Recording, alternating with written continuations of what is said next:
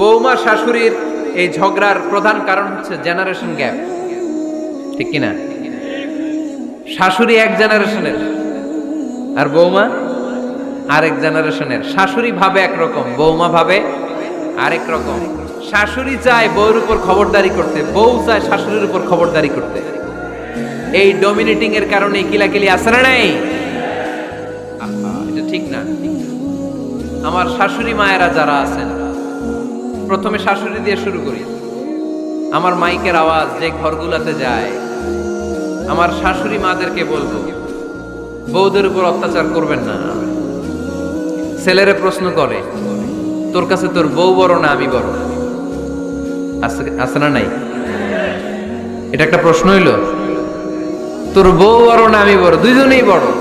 তো এক ছেলে সুন্দর উত্তর দিছে, আমার কাছে ভালো লাগছে উত্তরটা শুনে। এক মা প্রশ্ন করছে, তোর এতদিন আমি লালন পালন করে বড় করলাম, জীবন যৌবন তোর জন্য শেষ করলাম, আজকে বউ পাইয়া বউ তোর আপন হয়ে গেল? এবার ছেলে উত্তর দিছে, মা, আমার মুখ থেকে মা ডাক শোনার জন্য তুমি কি কষ্টটাই না করছো জীবনে।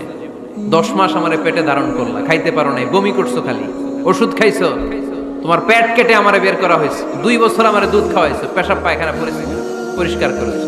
বয়স যখন 3-4 তখন তোমার আমি মা ডাকছি। এই মা ডাকটা শোনার জন্য তুমি এত কষ্ট করছো, আর আরেকবারের মাইয়া এই ঘরে আইসাই তোমার মা ডাকা শুরু করছে। যেই মেয়েটা তোমারে মা ডাকে সে আমার আপন হবে না কেন মা?